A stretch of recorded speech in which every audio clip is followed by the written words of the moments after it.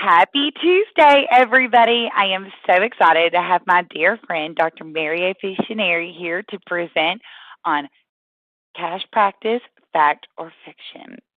Not only am I a big fan of this topic because we get questions about it all the time, but I always love when Dr. Fucinari has time in his busy schedule to be a presenter on our webinar series. I will tell you that if you have not had the great pleasure of hearing this man live and in person, you are doing yourself a huge disservice for a number of reasons. One, he is absolutely hilarious, one of the funniest speakers that I've ever heard speak, and the hundreds of seminars and classes that I've attended. Number two, the man has an unbelievable amount of knowledge when it comes to how to run your practice, billing, coding, documentation. He is the man. And I will tell you, he is in high demand. We are sponsoring him along with Nick Mick all over the country. So there is no reason whatsoever why you shouldn't be able to get a front row seat to hear him live and in person at an event near you. He's been in practice for over 20 years. He got his doctorate of chiropractic degree from Palmer College of Chiropractic back during the Mercedes 80s. His practice, he's been Chiropractor of the Year several times for the Illinois Chiropractic Society, and his practice has won several awards from in his community for being like one of the top chiropractic offices. Certainly the friendliest, has an amazing team and staff. So anyway, I'm going to stop gushing about Dr. Mario again. Nothing but love for this man, and I'm so very excited that he and I are going to find ourselves in the same place at the same time in a few short weeks. So I'm going to hush now. Mario, it's all yours. Thank you very much, Christy. Everybody, welcome, and thank you for attending today. And as Christy said, I am currently, I'm still in practice. I've been it's coming up next month, will be 31 years in practice. So I've seen the Mercedes 80s, the Nissan 90s, and now the Hyundai 100. So I've been through it all here and still trying to stay afloat. As all of you are tuning in here today, and I understand how it is. It's kind of like maybe I should just do a cash practice. I totally understand, and I thought about it as well. But I'm not here to tell you whether you should do a cash practice or not. Okay, so that's your decision. But what I'm going to do is present to you different aspects of the decision-making process, and hopefully you'll get that. Just so in case you don't know me, I'm a CCSP, Certified Chiropractic Sports Physician, Certified Medical Compliance Specialist, Professional Compliance Officer. I teach for ChiroHealthUSA, for NCMIC and Foot Levelers as well. I've been teaching a long time as well, so I feel old, but I refuse to wear white shoes or a plaid jacket, so or a white belt. So anyway, enough about me here. Let's just get right into this here. And as I said, I'm sure several of you out there are thinking, or maybe you're already saying, we just do a cash practice, and I can, doctors tell me all the time, I don't care about this documentation stuff. I just do cash, and so I don't have to worry about it. So what I want to do today is to just show you that when it comes to different aspects of our careers, our profession, you really want to look at the situations from all the angles, and you'll become more open as time goes on here. And so what I want to do today is just to give you, it's kind of like if we're just sitting having a glass of iced tea. Up in the north here, it's not sweetened. Down south, I'm sure it's a sweet tea. So I wanted to just give you some information, tell you what is fact, what is fiction, and then you go from there and hopefully do it right, okay? So the first thing I'm going to do is let's look at insurance in general, and the insurance, the state of affairs with the insurance companies as well, okay? As all of you know out there, we are in the Patient Protection and Affordable Care Act, also known as Obamacare, and because of that, many things have occurred, and I'll give you some facts here that as when I first started my practice, it was usual to have maybe a $250 deductible, and then it covers 80% of everything you do, and no hassle, no worries. Then if you had lousy insurance, maybe you had a $500 deductible. That's almost unheard of now. I've got Blue Cross. I have good insurance. I have a $7,000 deductible, and my wife and I are still paying $1,700 a month for our insurance. As my wife said, did you ever think we'd want to go on Medicare?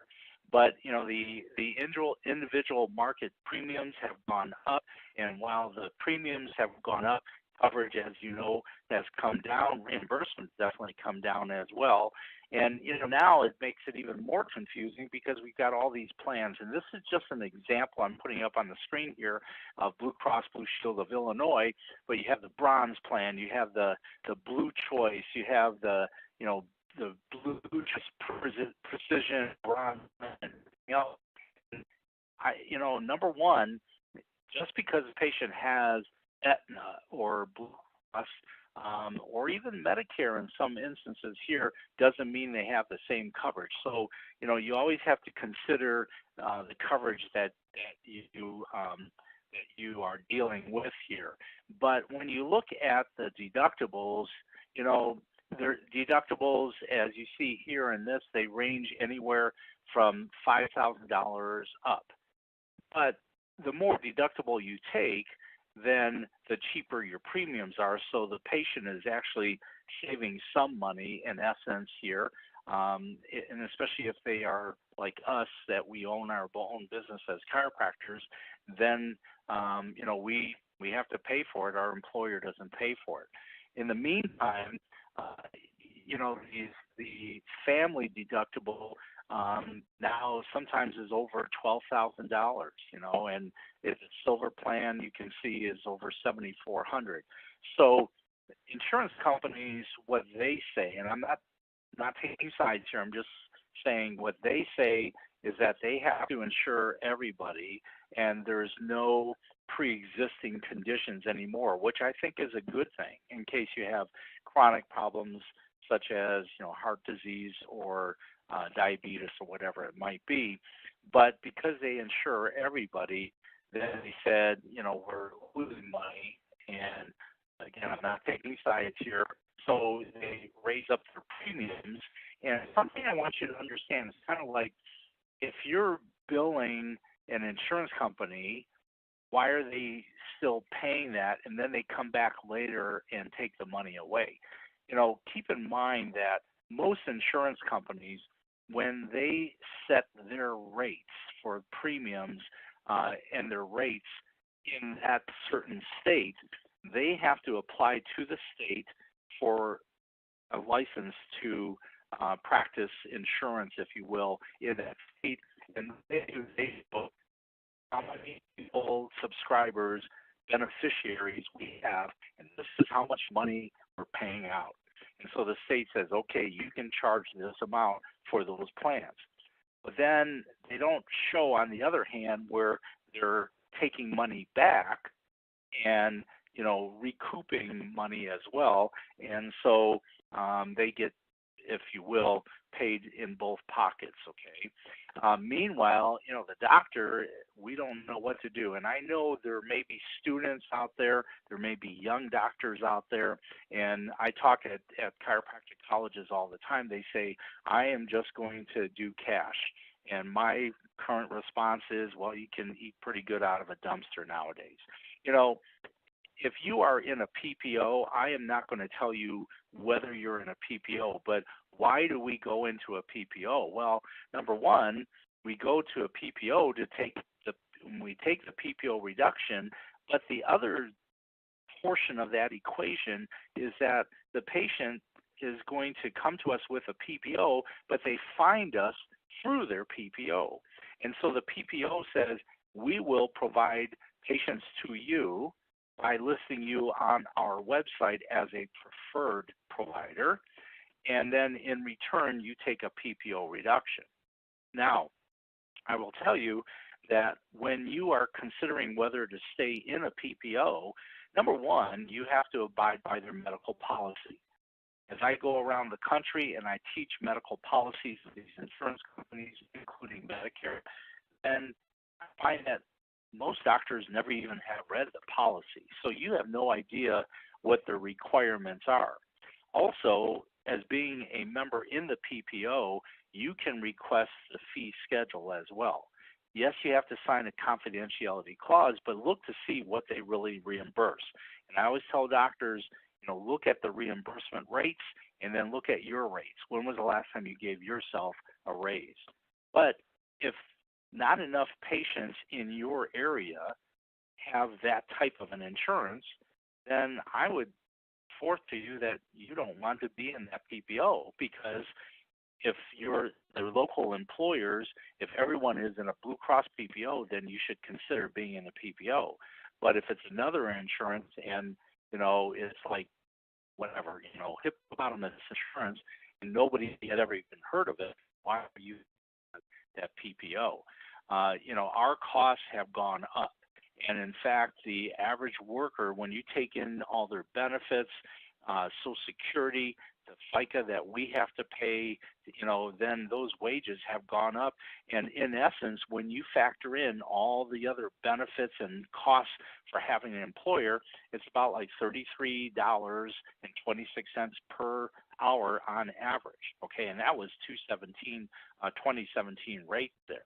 Okay, in addition, such insurers such as Aetna, Blue Cross, United Health Care, and so forth, they are shifting away from a fee-for-service payment, and they're just doing a capped fee, if you will. In other words, the patient has sciatica, well, that's worth, X amount of dollars, and here you go, you get that, do what you want with it here. And so it doesn't take into account patients who have complicating factors that might take longer to heal, and so you're, again, losing the money. Doctors were being dogged by poor morale, all these regulations here, and this includes payments that are changing, that are requiring physicians to be measured. And the key is that if you are a good physician, you should get paid more. That is the way of the future. Medicare is going to be that way by 2021, where the doctors who are scoring higher in the merit incentive payment system, then they'll get paid more. Now, they did lessen the burden on some of us small practitioners. To them, a small practitioner is somebody who sees Medicare who sees less than 200 active patients per year, and does less than 90,000. Well, that's about 85% of the profession right there. So the key is that we may not be eligible for some of those merit-based incentive programs here. And the state of the medical practice environment, they are retiring. Doctors are retiring all the time, and it's just, how it is. It's not fun to be in practice anymore. And then, keep in mind your philosophy, my philosophy here. What type of practice do you have?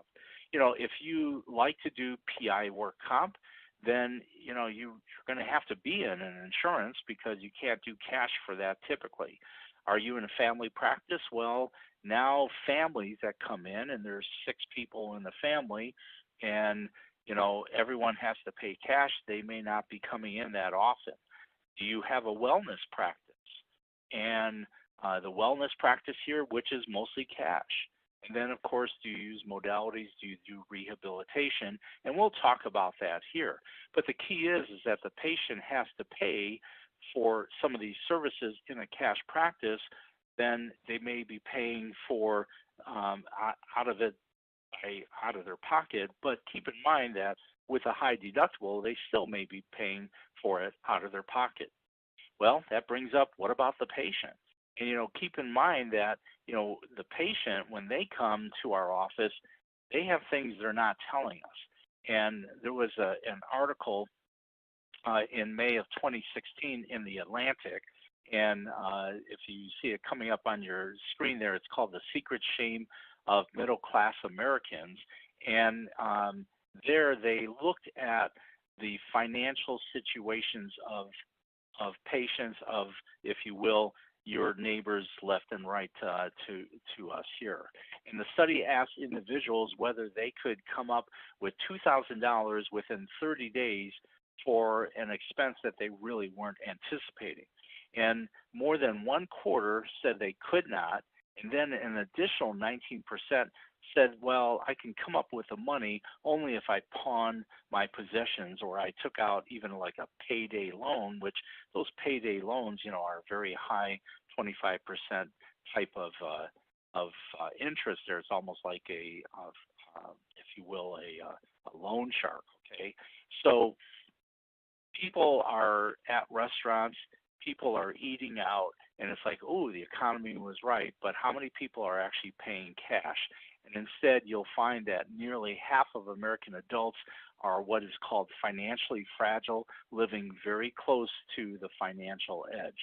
I mean, I'm not usually home during the day. I'm in the office seeing patients, but if you are home, you'll see constantly lawyers who are touting, just declare bankruptcy, come and see us, and we'll teach you how to declare bankruptcy. And so those patients, they are living paycheck to paycheck as well. And, a patient, sometimes, did you ever wonder where they'll come in for an exam, maybe x-rays, and they don't even come back for a report of findings? Why? Because the bill itself scared them off, all right? And, you got to charge what you got to charge. You got to make a living here. But, when you have so many people who are living paycheck to paycheck, they just can't do it, and they get scared off. Nearly 10% of those people, even making over $100,000, said they can't make ends meet. Why? Because they're spending more, and that's why, we can buy groceries with our credit card and, go to Walmart and, oh, I'd like this, and you just buy it, put it on a credit card, and worry about it later.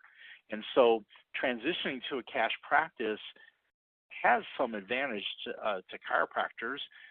Some of the offices, and I know my wife, she does insurance in our office here, and I have 7 employees, but I like it when my wife does insurance, because if she embezzles from me, I still get the money. That's my joke. She rolls her eyes at me for that. But as much as 30% of your time and financial resources are trying to collect payments from insurance companies and, yes, even patients. Cash-only practices may experience lower overhead by eliminating the need for claim processing and billing of those patients, but then, of course, it's getting those patients to come in to actually spend their money on you versus, Texas Roadhouse or something like that. And so what you want to do, the immediate challenge is that the statistics show that you want to retain the patients, but when you go to a cash practice, your practice is going to drop as much as 30% because these patients are going to say, oh, you don't take insurance, I'm going to go somewhere else.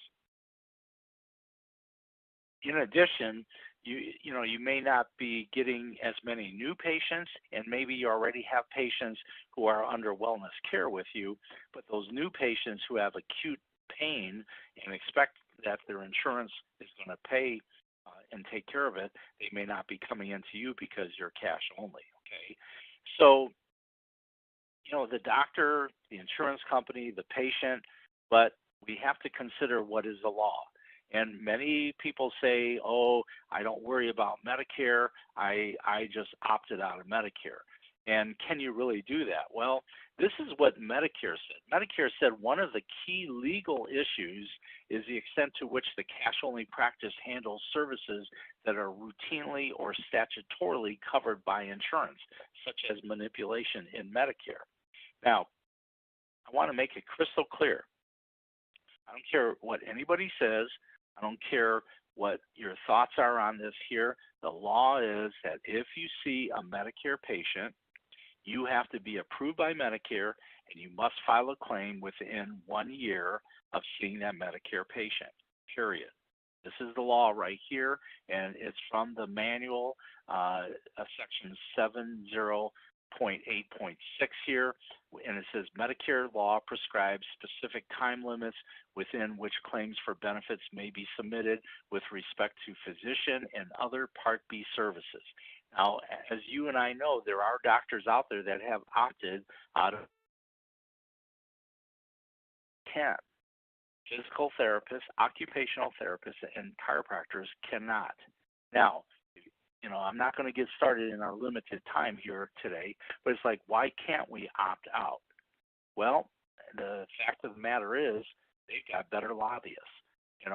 When you take into account everyone that joins a national association, ACA, ICA, whatever it might be, you might be up around 13% of the profession. State associations, at most maybe 30%. And so we don't have the clout, if you will, here.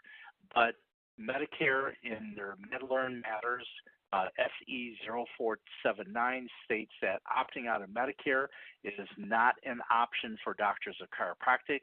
Notes that opting out and being non-participating are not the same thing. Chiropractors may decide to be participating or non-participating with regard to Medicare, but they cannot opt out. That is the law, okay? So whether you're PAR or non-PAR, keep in mind that PAR doctors, there are benefits for PAR doctors. Number one, that when you file your claim for Medicare, then indeed the Medicare insurance will not only process that claim for active care, but they will send it on to the Medigap carrier, if you will. Non-PAR providers, you can collect up front, but the patients then have to get the money back from Medicare, but you still have to file a claim for that patient. So keep in mind, PAR and non-PAR doesn't mean whether you're participating or non-participating. PAR and non-PAR really means, are you in network, PAR, out of network, non-PAR, okay? But PAR and non-PAR doctors are subject to the same documentation rules and the same regulations and can be audited equally as well. There are laws there that says that if you file a claim that's incorrectly showing what's actually going on, then you may be subject to the False Claims Act. And the False Claims Act imposes civil liability on persons who knowingly submit a false or fraudulent claim or engage in various types of misconduct involving the federal government. A False Claims Act would be if you file a claim, as an example, and say, I did this service. In other words, the patient has active care, a 98941, I'm treating 3 to 4 regions, and they have parts in 3 to 4 regions. Now, how would any insurance like Medicare even know this? Well, they'll audit, but also if a patient complains, or what is increasingly present are whistleblowers, which is our staff. Staff knows what you're doing, staff knows what you're telling the patient, and if you tell patients, oh, we don't accept Medicare in our office, that is illegal, period. Okay, I'm not going to mince words here. And so billing for services that weren't even rendered, that is a False Claims Act violation. Inaccurate, incorrect billing, unbundling, medically unnecessary services, duplicate billing, but also look at this, billing for services at a higher rate than provided, which would be upcoding. In other words, did you really do a 98941 on that patient for 52 visits? And maybe you did, but make sure your documentation supports it. But I will tell you, I don't work as a peer reviewer. I teach and I work on the side of the chiropractor. And I've had the opportunity to go to court to testify for the doctor.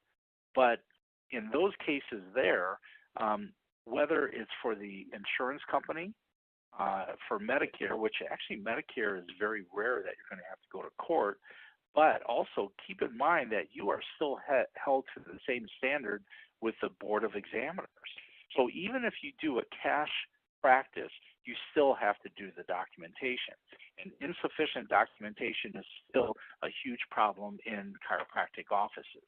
Now, the Claims Act, the penalty is between $5,500 to $11,000 for each claim that is filed, plus treble damages. Now, treble is not triple. Treble means that it's what the court says as a punitive damage. In other words, we fine the provider $100, but treble damages are $15 million. And I know I'm making you almost like you don't want to practice. I'm just giving you the law. We're all under that same law. Okay. The anti-kickback statute means you can't give services for free to a Medicare patient, and the violation there is up to $25,000 and or a 5-year prison term. Okay. Medicare says that anti-kickback is when you are giving a patient any service that you know or should know will influence the patient. And this would include limitations such as waiving co-payments and deductibles or transferring of items for free or other than fair market value. Well, what if I want to give a gift to my patient? What if, and this is where I see a lot of the problems here, is when you say to the patient, happy birthday, God bless you, and you're 82 years old, no charge today. Can you do that? Well, Medicare says that for enforcement purposes, you can't give the patient for free more than $15 and not more than 5 times per year, which is $75 in aggregate total for the year. Okay, so how about this here? You're writing a thank you note. Dear Mrs. Jones, thank you so much for referring Mrs. Smith to our office. In appreciation for referring others, please accept this coupon for a free adjustment on your next visit. You cannot do that for anybody, any insurance, even cash. You cannot pay for referrals. And I see it all the time, sending them movie tickets or a gift card or whatever. Send them a thank you note. Okay, shake their hand, don't hug them, I guess, nowadays here. But the key is you cannot pay for referrals, and keep that in mind as well. Okay, so now what the heck do I do is what you're probably asking. So let's talk about some solutions here. And I'm in the trenches, as I said, just like you. Okay, I've got 58 patients scheduled today, and that's my schedule, and I'm going to be seeing patients right after this webinar. But the key is that you have to decide, is the cash practice really the answer? Take into account, what is your patient load? Some doctors say, Mario, I am just trying to make the rent. Well, then that may not be the answer for you.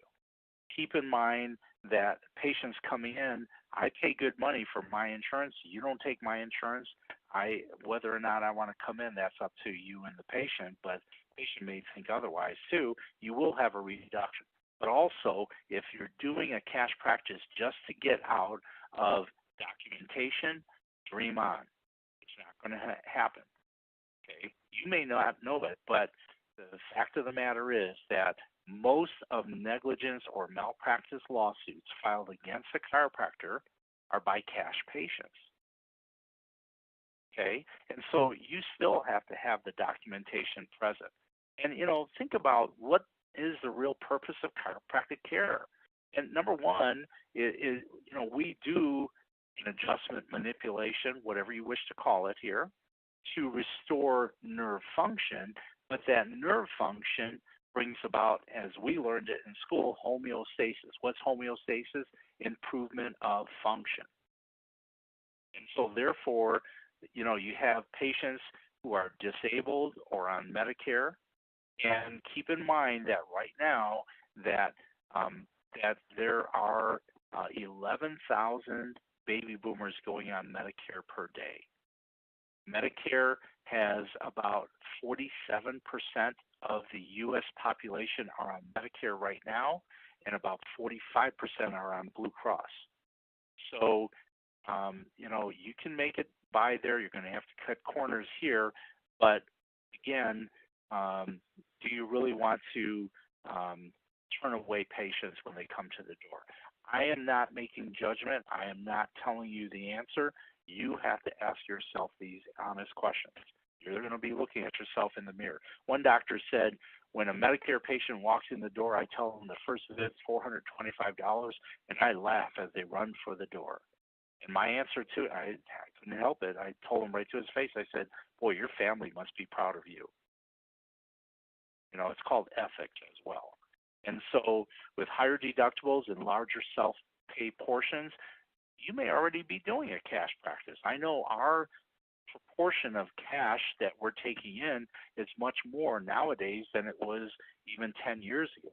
And that's because, if you have a policy that payment is due at the time of treatment, as we do, then patients already may be considered cash patients as well.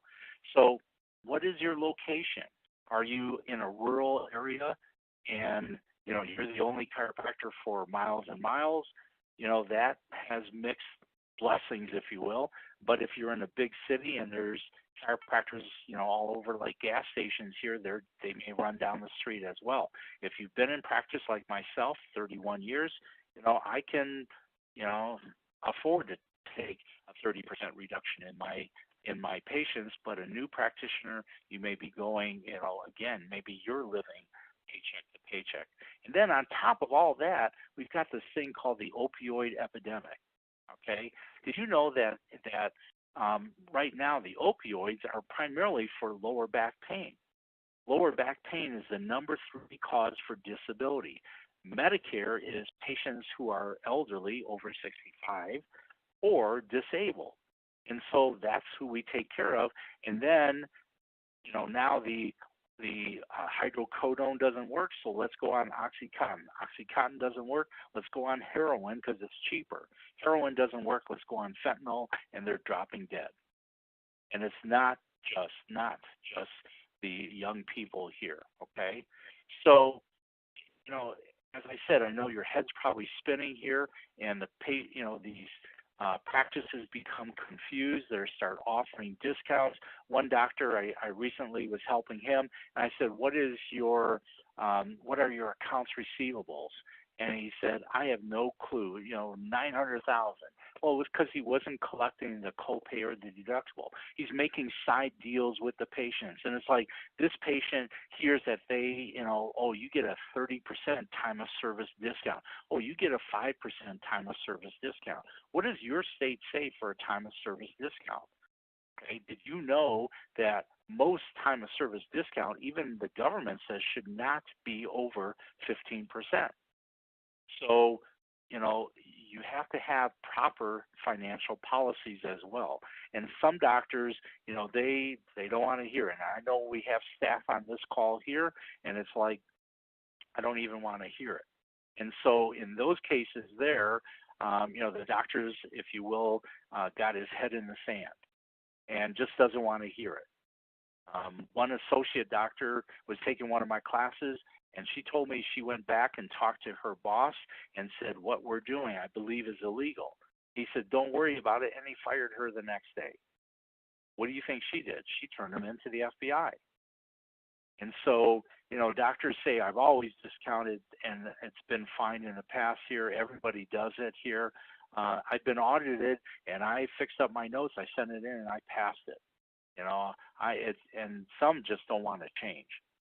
So what do? And I will tell you, it's been a blessing for me. I teach for ChiroHealthUSA because we use it in our office.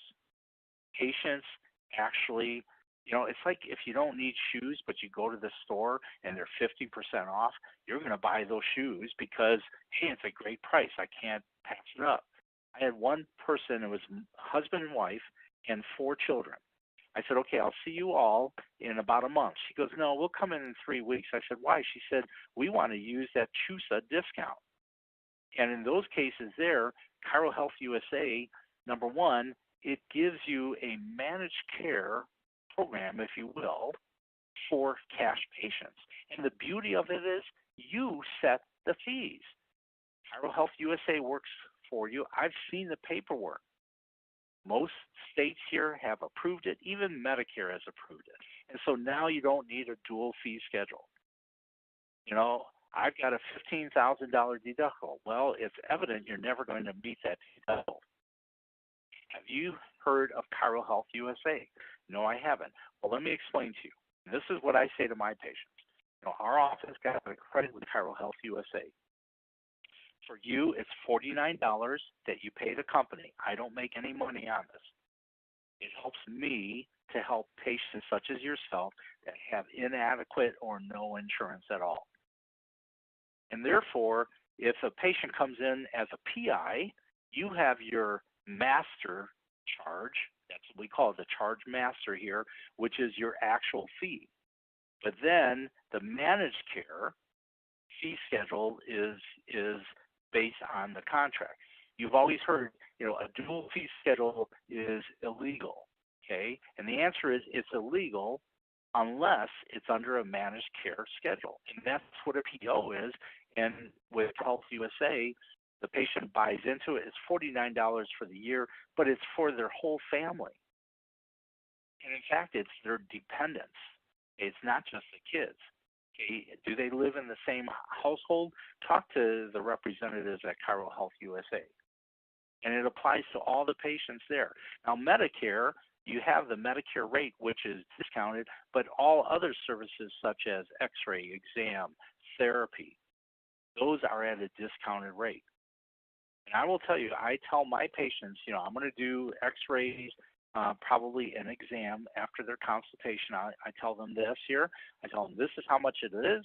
Then I go through and I tell them about ChiroHealthUSA. The answer I get, and this is actually what they say, is what's to think about. And they do that. And so therefore, in your office here, you have your actual fee, and then you have the contracted fees. Those contracted fees are any PPO, PI cases, whatever it might be, and ChiroHealthUSA. You also have Medicare, and then hardship fees if you do the hardship fees. You know, when you consider that in Medicare you have these baby boomers, 78.2 million baby boomers, and the baby boomers, you know, I'm a baby boomer. Okay, I'm right in the middle of this age group here. They're born between 1946 and 1964. And so those baby boomers now can be taken care of, whether they're Medicare. You know, why turn them away is what I say. That's my opinion. And then children need the care as well. You know, baby boomers now, we're thinking about, you know, as I get older, you know, patients that are on Medicare are looking younger and younger. I'm not on Medicare, but, you know, 47 million people on Medicare, all these baby boomers going on Medicare, and you're saying, I know I need the money, but I'm going to turn them away. And, you know, many people, they think of elderly people, they just say, oh, they're just old and decrepit. And this one poster on the right side of your screen there, I'm 92. When you get to be my age, you no longer have to have a purpose in life. You are just passing the days waiting to expire. I do not want to treat my patients that way. And I know that Medicare patients, as an example, nowadays, they are active. They've got expendable income. When you look at the villages, Del Webb, you know, people are on their RV going all over, you know, the United States here. And so for those patients here, you know, going to all this, they're active, right? We've been to the Del Webb community out in Arizona. They have 39 pickleball courts. Every one of those patients, they need care. So I'll put forth to you, if you agree with me here, the answer might be to even have a hybrid type of a practice. You have your cash portion, you have your wellness portion, but then managed care where you have ChiroHealthUSA, maybe Medicare if you want to do that, or, you know, PI, whatever here. And this actually came from Wall Street Journal in last year in June of 2017. Firms often struggle to take stock of the client market. What is your client market? Mine is more blue collar. That's who comes in here. And they have insurance, and they're a lot of times living paycheck to paycheck. And sometimes you have to see beyond your own experience. You don't want to do paperwork. You don't want to have to bill. I understand. The answer might be with ChiroHealthUSA. So I would just ask you, I would tell you, if you haven't looked into it yet, maybe you're just searching here, give the reps at ChiroHealthUSA, give them a call. They've been well trained here. I teach all over the United States here, and this is part of what I teach here. But ask them and get the facts here, not just listening to your buddies down the street. Okay, all right. So I left some time here. We have about 15 minutes left here, so I'm going to turn it over to Christy.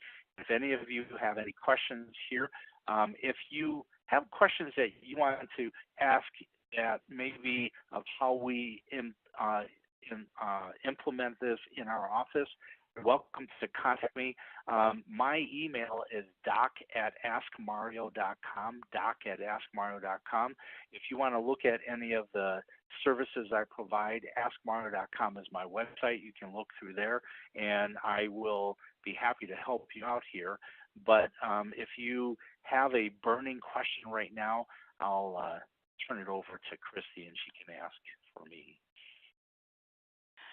Thank you so much, Dr. Mario. We have a couple of questions.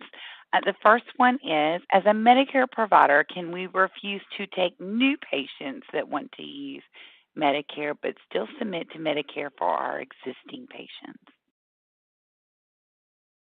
The answer is yes. Now, okay, let me just, the answer is yes, but it's like but, and then the little clause. If anyone ever wanted to, I've never heard of this happening, but if anybody really wanted to push it, you can't discriminate for gender, age, sexual orientation, religion. So if saying we're not now, you might say we're not accepting any new Medicare patients at this time.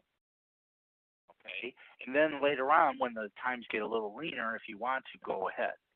But our Medicare patients sometimes drop out either because they move away or they're gone, and so you make that decision. But the answer is yes. You can just say we're not accepting any Medicare patients, just like you may not be accepting any Blue Cross patients at this time. But just be careful that you're not discriminating against patients. Our next question, if a chiropractor is a nutrition diplomat, can they see Medicare patients for nutrition only? The answer is yes. And again, but number one, in your consultation, be upfront and tell them what kind of chiropractic specialty you have, what services you provide, and that Medicare does not cover it. Now, this is not a Medicare class, and if you go to askmario.com and you look under course schedule, you'll see where I'm teaching here. And I'll be, for anybody in Michigan, I'll be up in Traverse City this weekend teaching this as well. But, keep in mind that, nowadays Medicare says you must have an ABN form for spinal manipulation, and the ABN form is voluntary for non-covered services. What does that mean, voluntary? You still have to have something in writing, but you can actually do it even on letterhead as well, okay? And so there are options, but I would tell you that in writing, you want to notify the patient in writing that you are not providing a covered service under Medicare.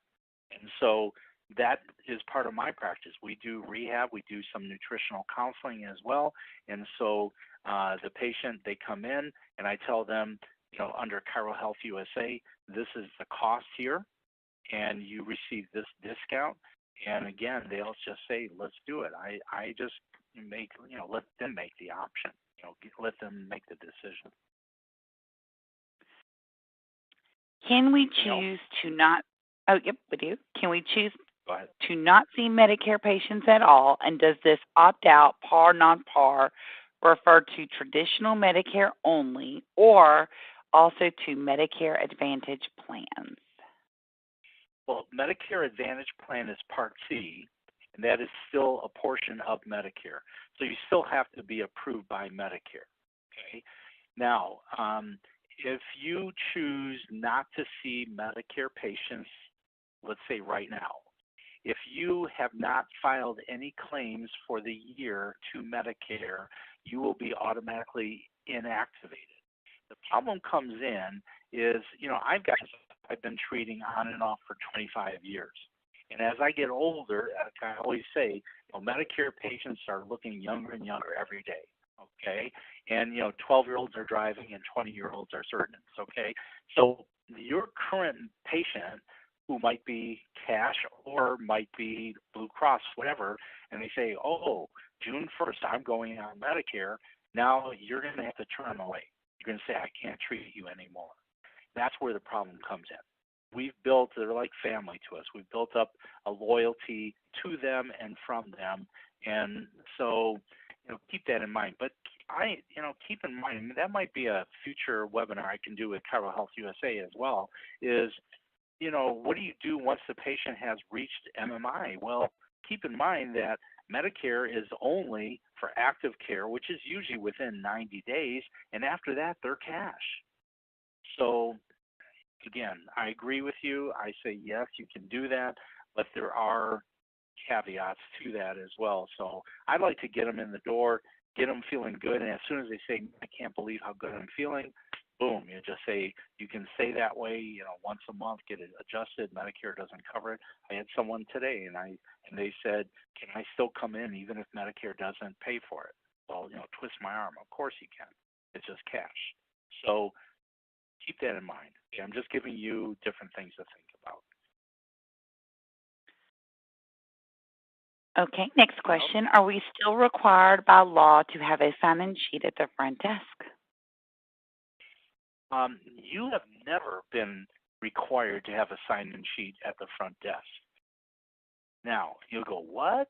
Okay, you are required upon request to have proof that the patient was present in the office, and that could be a sign-in sheet. I hate sign-in sheets. Why? Because number one, a sign-in sheet, it's not a HIPAA violation, but when you have names and then you see people looking through to see who was in today, and somebody, I know this person from work said they have a chiropractic appointment, they left, but their name's not on here or whatever, or they called in sick or something like that. So we have our patients, fill out a little sheet there, what is hurting today, what feels better today, they sign it and date it, and then that's torn off and that's scanned into their chart. So do you have to have a sign-in sheet? No. Do you have to have some proof the patient was there? And like if you have a kiosk with some of the software, that's EHR software out there, the patient then will put in their password, if you will, and that proves that they were there as well. So as long as you have some proof the patient was there, that's okay. Okay, you're going to love this next question because I know we both get offered this a lot. Can I offer a service for free if I offer it free across the board? For example, IST roller table, I do not charge any patient ever. Well, okay. I was saying no until you mentioned IST. Why? IST is not covered.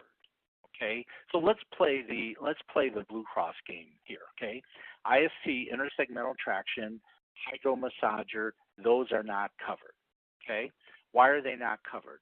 Because the research shows that other than relaxing the patient, it's not a service that has any therapeutic effect. Okay, now this is just my opinion. I'm not a healthcare attorney, but on one hand, if it's not, it's investigational, not effective, and it shows that it relaxes the patient, and that's all, and you put it on and don't charge it, it should be okay as long as you're doing it for somebody else, okay, including your PI case. But on the other hand, you forgot or your staff forgot that the patient has osteoporosis. You put them on there, and now they've got a fractured vertebra, and this has happened, okay, and they sue. And this is for a service that, you just routinely use on every patient. So keep in mind that intersegmental traction is not, in most cases, not 97012. It's 97039. Now, 97039 is an unlisted, unspecified therapy. And so you can say 97039 intersect traction, and then you can apply your own fee to it, okay? And so, everyone comes in and says, I don't want an adjustment today. I just want that roller machine. Well, okay, so no charge. So again, I'm just giving you thoughts here. You make the decision here. Anytime that it takes somebody of my staff looking over, you're paying that staff person to look over that patient in case they start screaming or something like that. But you can do 97039 and do a reasonable fee. I'm not going to set fees with you, so you can do whatever fee and maybe make it under a ChiroHealthUSA discounted fee as well. Okay. Now, heat and ice, that is bundled in with the manipulation and other services. IST, I've never seen it bundled in with anything else. Hopefully I answered that. And we get this question all the time. And there was just a doctor last month, and it was a different procedure. I think it was electrical stim, but he had to pay $80,000 to resolve False Claim Act violations because he was giving away stim free to his patients when they were getting an adjustment. So you just have to be super careful. Is that $49 a one-time fee or a yearly fee for the patient? And I'm going to assume that that's a ChiroHealthUSA question, and that's a $49 annual fee for the patient and all of their legal dependents.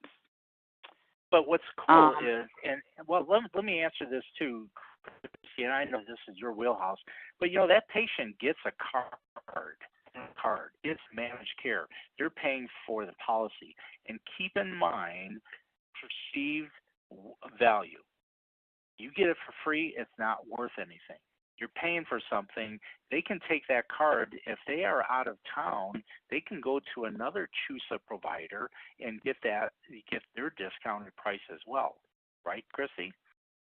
That is absolutely true. In fact, we see this a lot in the Northeast, in Florida and Georgia areas. We have a lot of providers who they split patients for half the year because patients travel south for the winter. So it's really great because there's over 4,000 providers in the network across the country in 49 states where if they're on vacation, on a business trip, they need chiropractic care, they're still able to utilize the discount. And if their children are off at college, if they have dependent children, maybe you live in Michigan, but your child is going to school in North Carolina, they would be covered, their child would be covered and could see a chiropractor locally in North Carolina as well. Right. Christy, I can actually see some of these questions. I just found it on my tab here. So let me, if you don't mind, we got a couple minutes, so I'll go through it. Here it is, the rapid fire round, okay?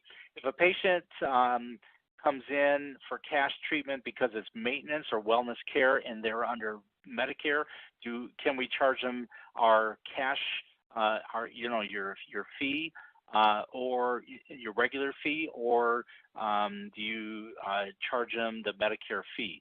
The answer is you can charge them either one, but you don't give a CHUSA discount on Medicare manipulation. So what I do, and that's me personally, I will charge them the Medicare fee even if they're under maintenance care, and Medicare has said that's fine. They also say it's fine if you want to charge them your regular fee, okay?